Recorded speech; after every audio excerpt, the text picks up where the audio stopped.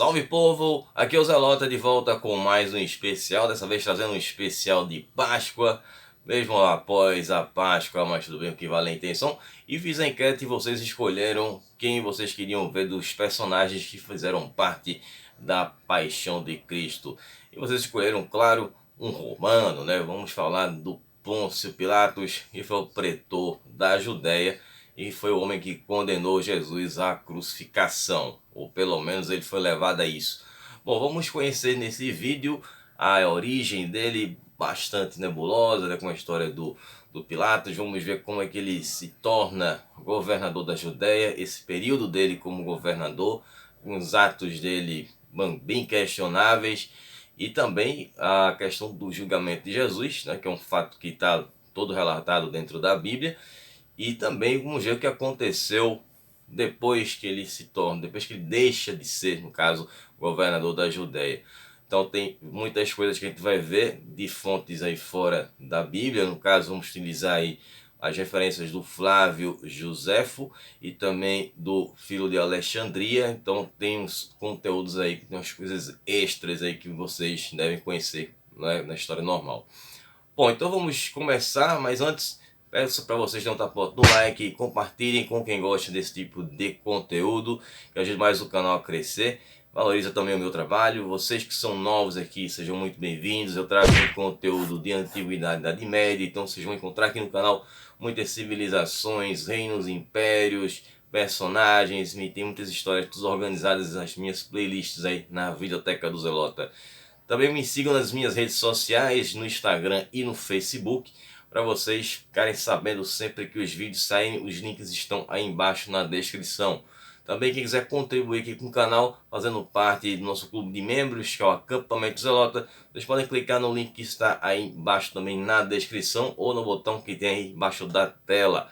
Beleza? Dá uma contribuição simbólica aqui para o canal, mas que vai fazer muita diferença para mim. E quem quiser fazer parte do acampamento, você pode mandar um valeu. É só clicar nos botões, tem 3 pontinhos aí embaixo da tela. Clica aí que tem essa opção, valeu. Então agradeço quem puder fazer essa contribuição. Vídeos todas as quartas, às 20 horas, sempre com metodologia nada ortodoxa, com muitas imagens, muito conteúdo sem enrolação. Então vamos ver a nebulosa origem do Pilatos. Claro que a gente trabalha com muitas suposições a respeito dessa origem dele, porque não existe de fato registro histórico dessa origem de Pilatos. Bom, Pilatos nasceu por volta de 14 a.C. em algum lugar no Império Romano. Especula-se que ele realmente seja original lá de Roma, né? Seja nativo de Roma. O nome dele, Pôncio, é um nome de origem plebeia, mas também há quem coloque dentro da classe equestre, né, que era uma categoria de cavaleiros. Então era um pessoal que estava ali entre meio termo entre plebeus e patrícios. E aí o Pilatos, né, também tem essa questão do segundo nome, né, Pilatos, que esse aí já é mais fácil de deduzir, né, que seria com relação ao pilo, né? O pilo era aquela lança que os romanos utilizavam, que ela se destacava, às vezes também chamada como dardo, né? Já que ele realmente tem um formato de um dardo. A lança ela tem a base de madeira e a haste de metal ela se separava da madeira para ser arremessada. Então, no caso, com a madeira era utilizada para estocar, né, os inimigos, e com a haste, quando ela se separava para arremessar. Então deduz que o Pilatos ele tinha essa habilidade em arremessar o pilo. Então ele ganha esse nome de Pilatos, né, que seria habilidoso aí com o pilo. Já tem uma outra possibilidade com relação ao nome dele, que era uma referência a um chapéu chamado Píleo, que era um chapéu utilizado tanto em Roma como também na Grécia, né, que tem uma parte mais pontuda ali em cima do chapéu. Que esse chapéu também era utilizado na região da Ásia Menor e era conhecido como barrete frígio, que era um chapéu muito utilizado lá na Frígia. Mas não necessariamente a gente pode afirmar, né, que seria a origem dele, né, que seria a origem frígia, né, porque senão ele teria nascido ali na Ásia Menor.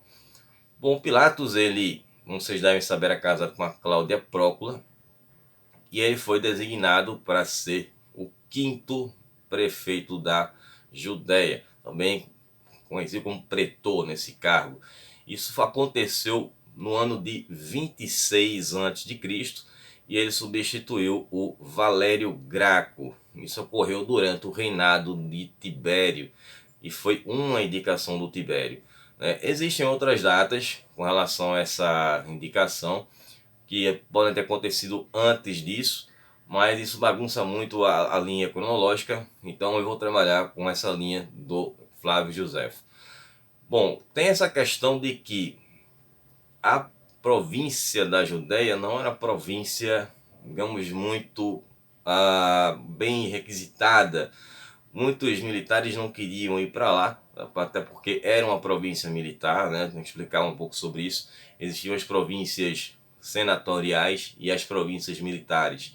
As províncias senatoriais eram províncias que eram governadas pelos senadores, existia essa indicação por parte do Senado ou do próprio imperador, e as províncias militares, que eram indicações feitas pelos prefeitos pretorianos.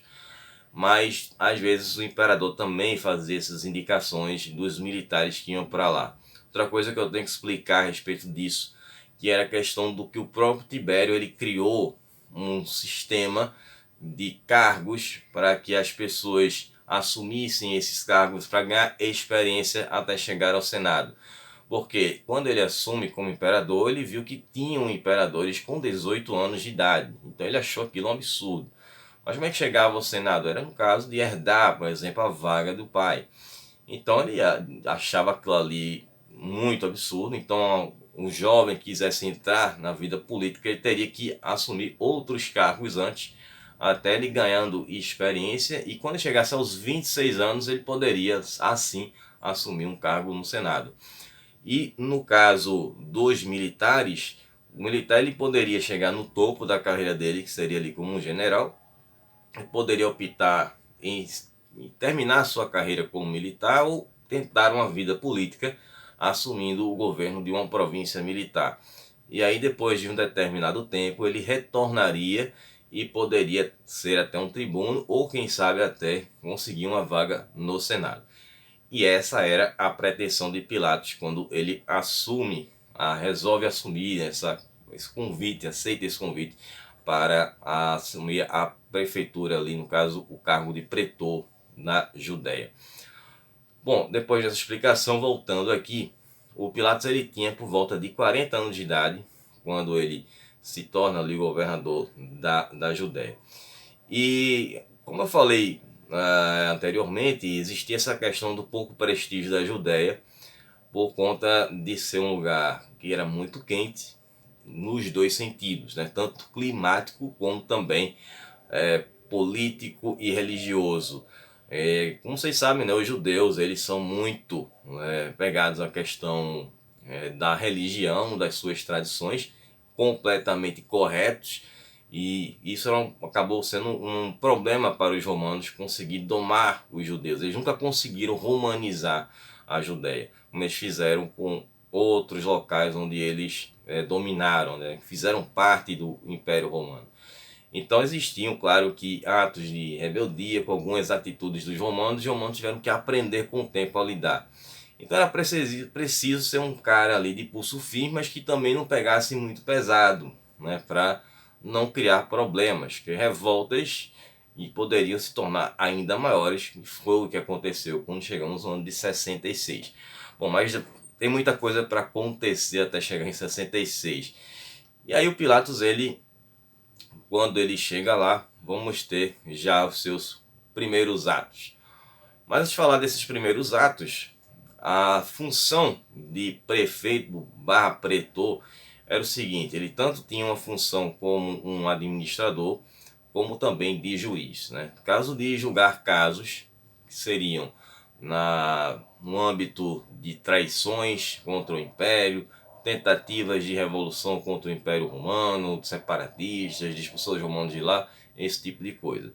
E como vocês acompanham o meu trabalho, já sabem até pelo meu apelido aqui, né, tinha o grupo dos Zelotas, né, que era conhecida como a quarta filosofia. Nós tínhamos as três filosofias dentro do judaísmo, né, que eram os fariseus, que eram os guardiões da palavra. Tínhamos os saduceus, que eram os mais ricos, mas eles só aceitavam os 5 primeiros livros da Torá, né, a Pentecoste. E também, por último, ali, os essênios, na verdade, a terceira filosofia, que era os essênios, que era a que colocam muito como exemplo João Batista, que era o pessoal mais que era desapegado de coisas materiais, e os zelotas, que acaba se tornando essa quarta filosofia, muitas vezes vista ali como uma seita do judaísmo, mas que eles eram tão ligados ali à questão de Deus, da Terra Santa e tudo mais, e eles queriam expulsar os romanos de toda maneira de lá da Judéia. Bom, e aí o pretor romano, ele também poderia, no caso, na verdade, ele tinha essa função, que era de escolher o sumo sacerdote, né? E o sumo sacerdote era o responsável ali pelo templo de Salomão e também por todo as sinagogas que tinham na Judéia. E também as que estavam na Galileia, apesar que a Galileia era governada pelo Herodes Antipas, mas isso não tem nada a ver, a questão é religiosa, então não tem nada a ver com os romanos. Bom, e aí o escolhido acabou sendo o Caifás, né? O Caifás, ele era genro de Anás, que havia sido o sumo sacerdote também durante o reinado do Grato, né, que foi o antecessor do Pilatos, e que tinha passado vários outros sumos sacerdotes, né, porque existia a questão de que o mandato duraria apenas um ano. Já no caso do Caifás, ele ficou 10 anos, que foi exatamente o mesmo tempo da duração do mandato do Pilatos. O Pilatos acabou ficando até mais tempo do que deveria, né? O certo seria no máximo 3 anos, 4, não mais que 5. Mas esqueceram Pilatos por lá, né? Deixaram ele lá e também ninguém queria ir para ali. Então, enfim, era uma complicação. E o Caifás, ele acaba se tornando um aliado do Pilatos. Existia um acordo entre os dois. E o Pilatos disse, né, o Caifás: segure o seu povo, evite que eles façam atos de rebeldia, que eu não vou tomar nenhuma atitude violenta. E esse foi o acordo. Para quem vê também o Caifás como um dos vilões na história, né, da Paixão de Cristo, tem alguns defensores que colocam a situação em que ele estava, né, que no caso, quando ele era muito jovem, ele presenciou um massacre dos judeus. Quando eles foram protestar com relação com os romanos, né, que os romanos tinham pego lápides de cemitério dos judeus, sabem que aquilo é sagrado, né? Os judeus, eles têm muito respeito pelos que já se foram, né? Então era uma profanação, né, do túmulo, é um local do descanso eterno. E eles tiraram aquelas lápides para fazer uma obra ali de construção. Então aquilo deu uma confusão. Então o governador romano naquela época, o pretor romano, ele mandou que seus soldados se misturassem no meio dos protestantes, lá no caso dos judeus, estavam protestando, e sacassem suas espadas e atacassem. Foi aquela coisa, aquela cena que ficou marcada na memória do Caifás. Então ele não queria que aquilo voltasse a acontecer com o seu povo. E ele já tinha percebido uma coisa no Pilatos que foi relatado pelo filósofo Filo de Alexandria, que eu já mencionei o nome dele aqui no início do vídeo. O Filo de Alexandria, pelo próprio nome diz, ele é originário lá de Alexandria, no Egito, e ele fez parte de uma comitiva que foi até o Calígula, né, que na época já era o imperador romano, nessa época do Filo de Alexandria. E ele foi para relatar um fato que tinha acontecido em Alexandria. Isso não tem nada a ver com essa história, só para ilustrar quem é esse personagem. E ele foi relatar uma disputa que aconteceu entre os habitantes de Alexandria, no caso alexandrinos, com os judeus, pela questão de que os judeus, eles tinham o direito de não seguir cultos romanos, né? De eles seguirem as suas tradições judaicas, a questão da religião e tal, e não seguir ali cultos romanos como os alexandrinos tinham que fazer. Então isso causou a revolta dos alexandrinos e foi uma confusão que aconteceu por lá. Bom, mas isso tem nada a ver, só estou falando aqui só para ilustrar o personagem, no caso esse personagem acabou registrando essas questões da história do Pilatos. Segundo o Felo de Alexandria, com relação à personalidade do Pilatos, ele dizia que Pilatos ele era um homem inflexível, teimoso e cruel. Bem combina muito com realmente a personalidade do Pilatos. Já outra questão também que eu já ia me esquecendo de falar aqui, porque esse assunto é um assunto que eu estudei por muito tempo, eu gosto muito dessa temática, essa história a respeito da época de Jesus. E também o Pilatos, ou no caso os pretores romanos, eles ficavam locados no palácio de Herodes o Grande, lá em Jerusalém. E as roupas do sumo sacerdote que seriam utilizadas nas festividades ficavam guardadas lá. Então toda vez que o sumo sacerdote ia fazer uma celebração, fosse da Páscoa ou a da expiação, eles tinham que ir até lá ao palácio para pegar suas roupas. E sempre que tinha essas festividades, o Pilatos tinha que estar presente em Jerusalém.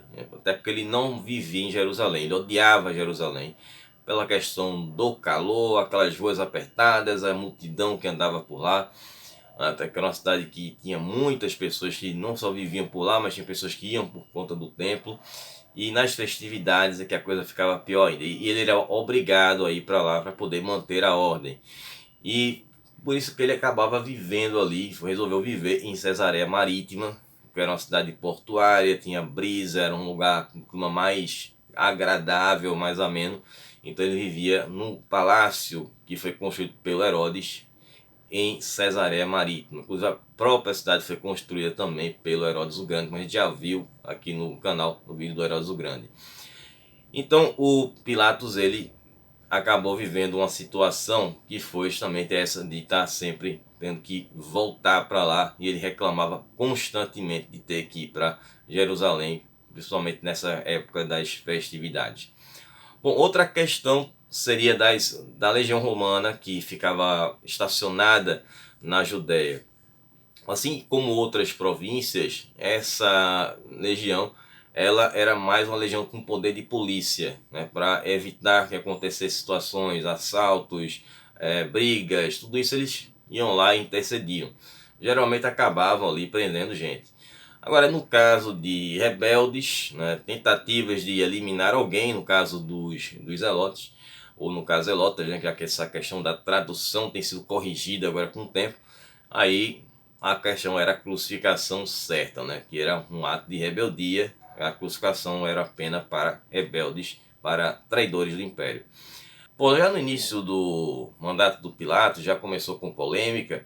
Ele, para dar aquela bajulada, talvez uma forma de agradecer o Tibério pela indicação e pela oportunidade que ele estava tendo de ter uma ascensão política, ele coloca estandartes espalhados pela cidade de Jerusalém com a imagem de Tibério. E aquilo foi uma coisa muito ofensiva para os judeus, de ter a imagem do imperador, já que eles não adoravam o imperador, eles adoravam a Deus, né? Então tem toda essa confusão. Então os judeus vão até a cidade de Cesareia Marítima e vão ficar na casa ali ao redor da casa de Pilatos, né? Eu falo casa de forma modesta, né? Um palácio. Então passaram 5 dias lá protestando. Pilatos perdeu a paciência, mandou que esses judeus fossem levados até o anfiteatro lá de Cesareia Marítima e disse lá para lá conversar com esses judeus para resolver a situação. Ele mandou seus soldados que desceram a pancadaria nos judeus. Muitos acabaram perdendo a vida por conta dessa pancadaria, e outros no meio do tumulto, do corre-corre, gente foi pisoteada, enfim, aí foi um dos fatos. E aí autoridades judaicas mandaram uma carta para o Tibério, que rapidamente respondeu essa carta sobre esse ato, e ele mandou que o Pilatos retirasse esses estandartes e levasse de volta para a Cesareia Marítima, e lá guardasse esses estandartes no templo de Augusto. Então, dessa forma, o Tibério estaria sendo homenageado pelos romanos em um local apropriado para isso, e não estaria ofendendo os judeus. Então esse foi o primeiro ato. Um segundo evento que aconteceu, demonstrando também essa violência de Pilatos, foi quando ele quis pegar o dinheiro do tesouro que fazia parte lá do templo de Salomão. Então esse dinheiro do templo, ele era um dinheiro sagrado, né, praticamente. Então ele queria pegar esse dinheiro para fazer a construção de um aqueduto. Só que aí, mais uma vez, muitos protestos aconteceram, os judeus foram mais uma vez protestar e estavam dispostos até a entregar sua vida, né? Então muitos se negaram a sair de onde estavam, deitaram-se no chão. E aí o Pilatos mais uma vez mandou que seus soldados chegassem por lá no meio dos protestos, mas que não usassem suas espadas, levassem porretes e atacassem esses judeus durante esse protesto, diferente do que um dos antecessores dele fez na época do Caifás quando jovem. E aí sentou a porrada, aconteceu a mesma coisa, muita gente também acabou perdendo a vida nas pancadarias e outros também no corre-corre ali sendo pisoteados. Bom, agora vamos ver a questão do julgamento de Jesus. Vou trazer alguns elementos aqui só para a gente ilustrar, até porque eu não vou entrar em detalhes nessa parte, porque todo mundo já conhece a história, né? Quem é cristão e quem não é cristão também conhece, tanto porque temos tantas obras, filmes, peças, enfim, minisséries, séries, enfim, temos muitas histórias. E tudo está ali nos evangelhos, não tem nada extra evangélico com relação a esses detalhes, mas tem alguns pontos aqui que eu vou levantar. Bom, primeira questão com relação ao primeiro registro da vida de Jesus, né, vai ser feita pelo evangelista Marcos, e quando ele escreve o evangelho foi por volta de 30 ou 40 anos depois da crucificação de Jesus. Nessa época, trabalhando com 30 anos, foi na época em que estava acontecendo a revolta judaica, né, justamente liderada pelos zelotes, né? E aí vamos ter esse exército, né, formado pelos judeus e que vão estar lutando contra os romanos. Então quando o Marcos ele escreve o evangelho, que esse primeiro evangelho ele é um evangelho que ele é menos teológico, ele é muito mais histórico, então ele quis desvencilhar, né, no caso fazer essa cisão dos judeus para os cristãos. Os cristãos não tinham nada a ver com os judeus e que eles não tinham relações ali com aqueles atos de rebeldia, para justamente os cristãos não serem perseguidos. E aí vamos ter essa cisão que também vai acontecer nos outros evangelhos, que é justamente de estar eximindo ali, né, no caso, tirando a culpa dos romanos pela crucificação de Jesus e colocando unicamente nos judeus. Então essa foi uma forma de evitar perseguições, retaliações dos romanos contra os cristãos. Bom, como vocês sabem, pela própria história mostrou, isso não adiantou, as perseguições aconteceram no reinado do Nero, do Adriano, do Diocleciano, enfim, cada imperador teve uma intensidade maior ou menor, até Constantino só não é imperador quando ele vai liberar o cristianismo. Mas aí, enfim, são histórias mais na frente. Com relação a esses pontos que eu quero colocar. Bom, no início do ministério de Jesus, ele já começa a ser observado pelos fariseus, porque ele começou a falar algumas coisas que estavam incomodando os fariseus porque não estavam de acordo com as leis de Moisés, já que ele estava trazendo novos ensinamentos, era uma nova doutrina, ele estava criando uma nova religião. E aquilo estava atraindo a atenção das pessoas, de você ter aquele Deus do Velho Testamento, que era um Deus punitivo, um Deus cruel, um Deus de violência. Ele trazia um Deus que era um Deus que ele só trazia o amor, a paz, o perdão. Então era completamente diferente, aquilo começou a chamar a atenção das pessoas. Então ele começava a ir em sinagogas, ele ia em várias cidades pequenas, ele começa ali pela região da Galileia. Então esses fariseus começam a observar, inclusive a contestar Jesus de algumas formas. Inclusive algumas para tentar colocá-lo em algumas pegadinhas ali, para ver se conseguia achar algum indício de que ele fosse um revolucionário e ele estivesse querendo levantar um exército contra o Império Romano. E também os próprios romanos também vão observá-lo. Aí entra o âmbito político também na questão. Então, com chegar ali de várias denúncias vindas de fariseus, chegando até o Sinédrio, o Caifás vai tomar conhecimento de Jesus e das suas pregações, as multidões que ele estava arrastando. Então muitas pessoas estavam deixando de ir para as sinagogas para ouvir Jesus falar, né, quando ele estava pregando. Então isso já passou a ser uma ameaça para manter a tradição judaica, de que aquele homem não era um homem simplesmente um pregador como qualquer outro. Ele estava trazendo assim muita gente para ir ouvi-lo em diversos lugares. Então aquilo já começa a atrair a atenção do Sinédrio e incomodar o Caifás, né, que estava perdendo ali gente. Já no caso dos romanos, eles estavam o tempo todo observando para ver se ele falava alguma coisa contra o império. Até então não tinha nada na questão política, apenas na motivação religiosa.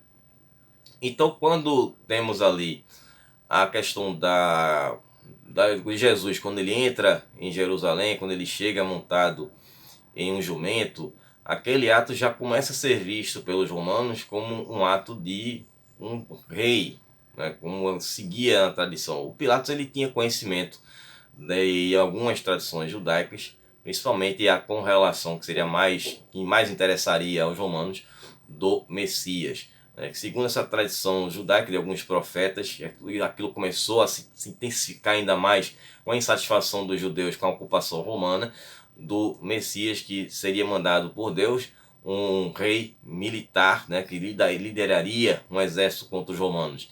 Então essa possível presença de um Messias, o verdadeiro Messias está ali para liderar os judeus contra os romanos, ali seria uma ameaça que Pilatos agora ficaria de olho.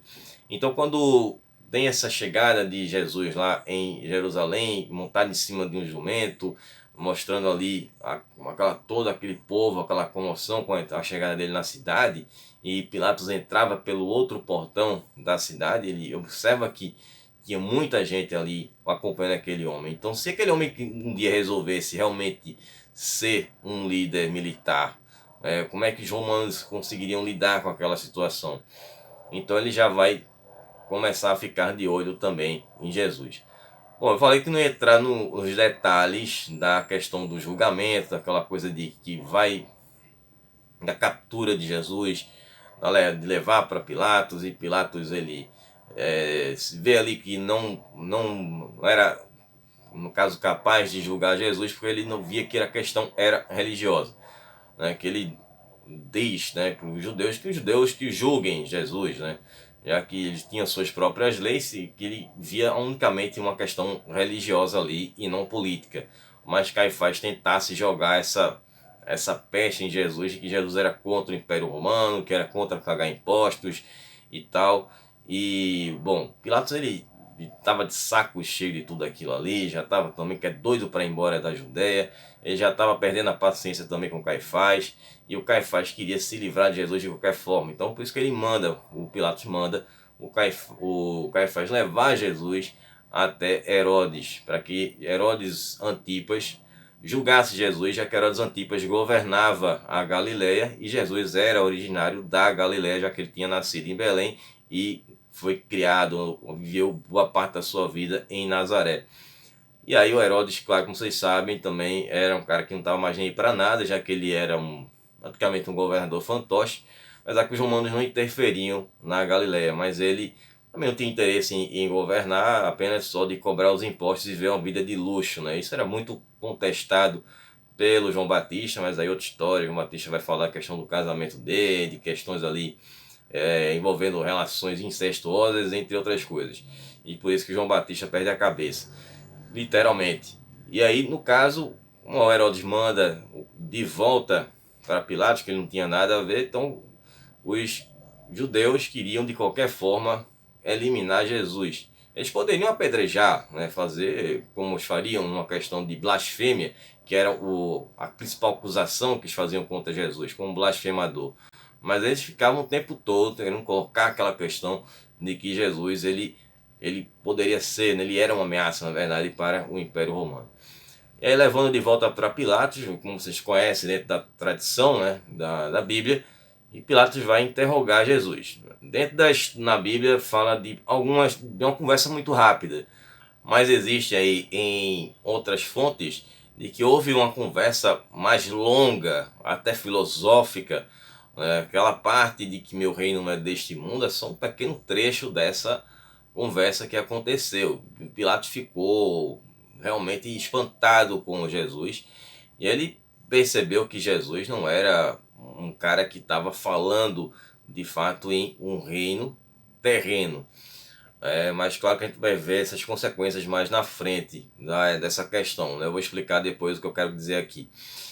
Bom, e aí o Pilatos ele vê que Jesus não tinha nenhum indício de ser um revolucionário e manda apenas que ele fosse açoitado para depois ele ser liberado.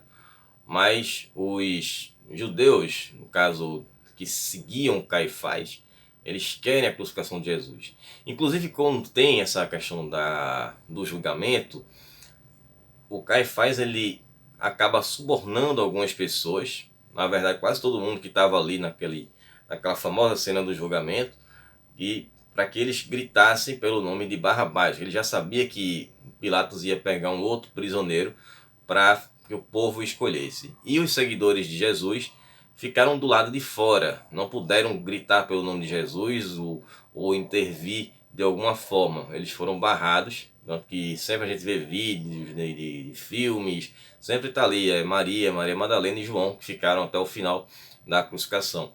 E eles foram proibidos de entrar. E aí o Caifás ele diz para aquelas pessoas, gritem o nome de Barrabás. Ele vai botar o Barrabás lá, então foi uma coisa praticamente armada pelo Caifás. Então quando o Pilatos ele manda trazer o Barrabás, que era conhecido ali como um famoso ladrão e ceifador de vidas, acaba sendo escolhido pelo povo para ser liberto. Algumas pessoas já me perguntaram várias vezes aqui no canal se o Caifás ele fez parte do partido dos Zelotes, ou dos Zelotas no caso. Mas eu, particularmente na minha opinião, ele agia mais como um lobo solitário. Até naquela época de Jesus, antes disso, os Zelotas eram um grupo pequeno, então eles não tinham um exército, eles atuavam mais com os sicários. Né? Os sicários eles eliminavam alvos que eram cirurgicamente ali escolhidos, um romano ou um publicano, ou alguma coisa do tipo. E essa pessoa era eliminada, eles armavam todo ali um ataque, né? Eles eram praticamente vistos como terroristas, né? Pela visão dos romanos. E aí no caso do Barrabás ele agia mais por conta própria, né? Ele roubava muitas caravanas que iam para Jerusalém para as festividades, as pessoas que eram exploradas no templo, né? Aquela questão de comprar animais no templo, então tinha aquela questão de pegar, tinha que trocar pela moeda, pelo séquel, que era uma moeda que tinha um valor mais alto do que o denário, né, justamente dentro da exploração. O animal tinha que ser dentro do templo, né, não poderia vir de fora, porque seria um animal impuro. Então quem podia pagar por um carneiro, que era uma coisa mais rica, pagaria. As pessoas mais pobres comprariam uma pomba, por exemplo. Então ele roubava essas pessoas aí, né? Aí é o lado do ladrão. Já no caso de ser um eliminador de vidas, seria um caso que aconteceu. Bom, isso não é oficial, claro, já que a história do Barrabás também é muito obscura, e que ele teria eliminado um publicano para roubar. Ele iria roubar esse publicano reagiu a esse assalto e ele acabou eliminando esse publicano. Então por isso ele acabou sendo preso, até porque os zelotas não gostavam nem um pouco dos publicanos, que eram vistos como traidores, já que eram judeus que cobravam impostos dos próprios judeus para dar esse dinheiro para os romanos. Bom, então acelerando aqui, que eu estou muito preso à parte, eu gosto muito desse assunto, enfim, me empolgo. O Pilatos ele acaba condenando o Jesus à crucificação, né, já que ele tem vê aquele povo gritando que queria que Jesus fosse crucificado, apesar de que ele não tinha indícios, né, de crucificar. Então ele acaba sendo forçado para evitar que acontecesse um grande tumulto. Caifás acaba o ludibriando para aquilo ali. Então, como Pilatos não queria que acontecesse mais um tumulto, ele já tinha dois no currículo, então ele resolve crucificar Jesus. Então, como somente rebeldes eram crucificados, quando eram crucificados, eles tinham ali o seu nome colocado numa placa e o crime que ele cometeu, né? Então, no caso de Jesus, na sua placa vai ter o seu nome, Jesus, né, de Nazaré, e colocado ali Rei dos Judeus, né, que vai ser escrito em 3 línguas, no caso o hebraico, o latim e grego. E esse era o crime dele, né, de ter se alegado como Rei dos Judeus, segundo ali os romanos. Aí tem a questão política também, né? E aí depois da crucificação de Jesus, que a gente já já passamos aqui rapidamente. A questão do pós-crucificação, vamos ter outros eventos que vão acontecer ali com o Pilatos. E foi o seguinte: o Pilatos, ele vai se envolver em uma outra situação bastante violenta também, e foi uma repressão que aconteceu com relação a os samaritanos. Os samaritanos fizeram uma rebelião lá no Monte Gerizim, que ficava ali hoje em Israel, e ele acabou repreendendo esses samaritanos com violência mais uma vez. Talvez alguns ou muitos tenham sido crucificados. Depois que ele crucificou Jesus, ele já saiu crucificando um monte de gente, né? Ele já estava literalmente com a paciência esgotada com relação a estar ali na Judéia. Já estava tempo demais, já tinha passado a hora dele voltar. E aí acabou acontecendo isso, né, dele ter sido mandado de volta para a Judéia. E quem fez isso foi o Vitélio o Velho. O Vitélio Velho era governador da província da Síria. Então, o governador da Síria, ele tinha poder sobre o governador da Judéia, o prefeito da Judéia. Então ele, inclusive esse Vitélio Velho, ele, para quem deve lembrar aí da história da saga romana, ele é sim pai do Vitélio, que chegou a ser imperador romano naquele tumultuado ano que tivemos 4 imperadores que reinaram em Roma. E aí o Vitélio Velho, ele manda o Pilatos de volta para Roma. E aí o Pilatos, ele acaba não viajando imediatamente. Ele estava na época do inverno, então ele não viajou pelo mar, ele preferiu por terra. Só que quando ele chega em Roma, ele seria julgado pelo Tibério, pelos seus atos violentos na Judéia que causaram muitas rebeliões. E aí aconteceu que o Tibério já tinha falecido quando o Pilatos chegou lá, né? O Tibério já estava com mais de 70 anos. E quem assume no lugar dele, vocês conhecem a história, foi o Calígula. Então o Pilatos ele vai ficar preso por um tempo para depois ser julgado. E aí quando ele vai ser julgado, provavelmente por alguns membros da corte do Calígula, eu vou trazer aqui pelo menos a versão mais, vamos dizer, oficial, mas uma mais, botamos assim, numa situação de ser mais aceitável, porque tem muita coisa viajada aí nas histórias pós o retorno de Pilatos, é de que ele acabou sendo aposentado. Então ele acabou tendo suas pretensões políticas encerradas. E isso, claro que o afetou e muito, né? Ele passou 10 anos na Judéia com a sua esperança de ter uma carreira política. E ele tinha até, antes de viajar para lá, uma boa carreira. Ele tinha indícios ali de ser um cara que conseguiria chegar a esse objetivo, né, da sua carreira política. Mas esse período dele demonstrou que ele era um cara que era totalmente despreparado. Então, quando ele é aposentado, ele fica desesperado, frustrado e acaba tirando a própria vida. Esse foi o destino do Pilatos, né? E também tem aquela questão do Calígula, né? Que tem versões que dizem que Calígula não gostava do Pilatos, mas o Calígula, enfim, vocês sabem que é um cara que a gente sabe que era muito instável. Bom, e aí esse foi o fim do Pilatos e esse período dele governando a Judéia.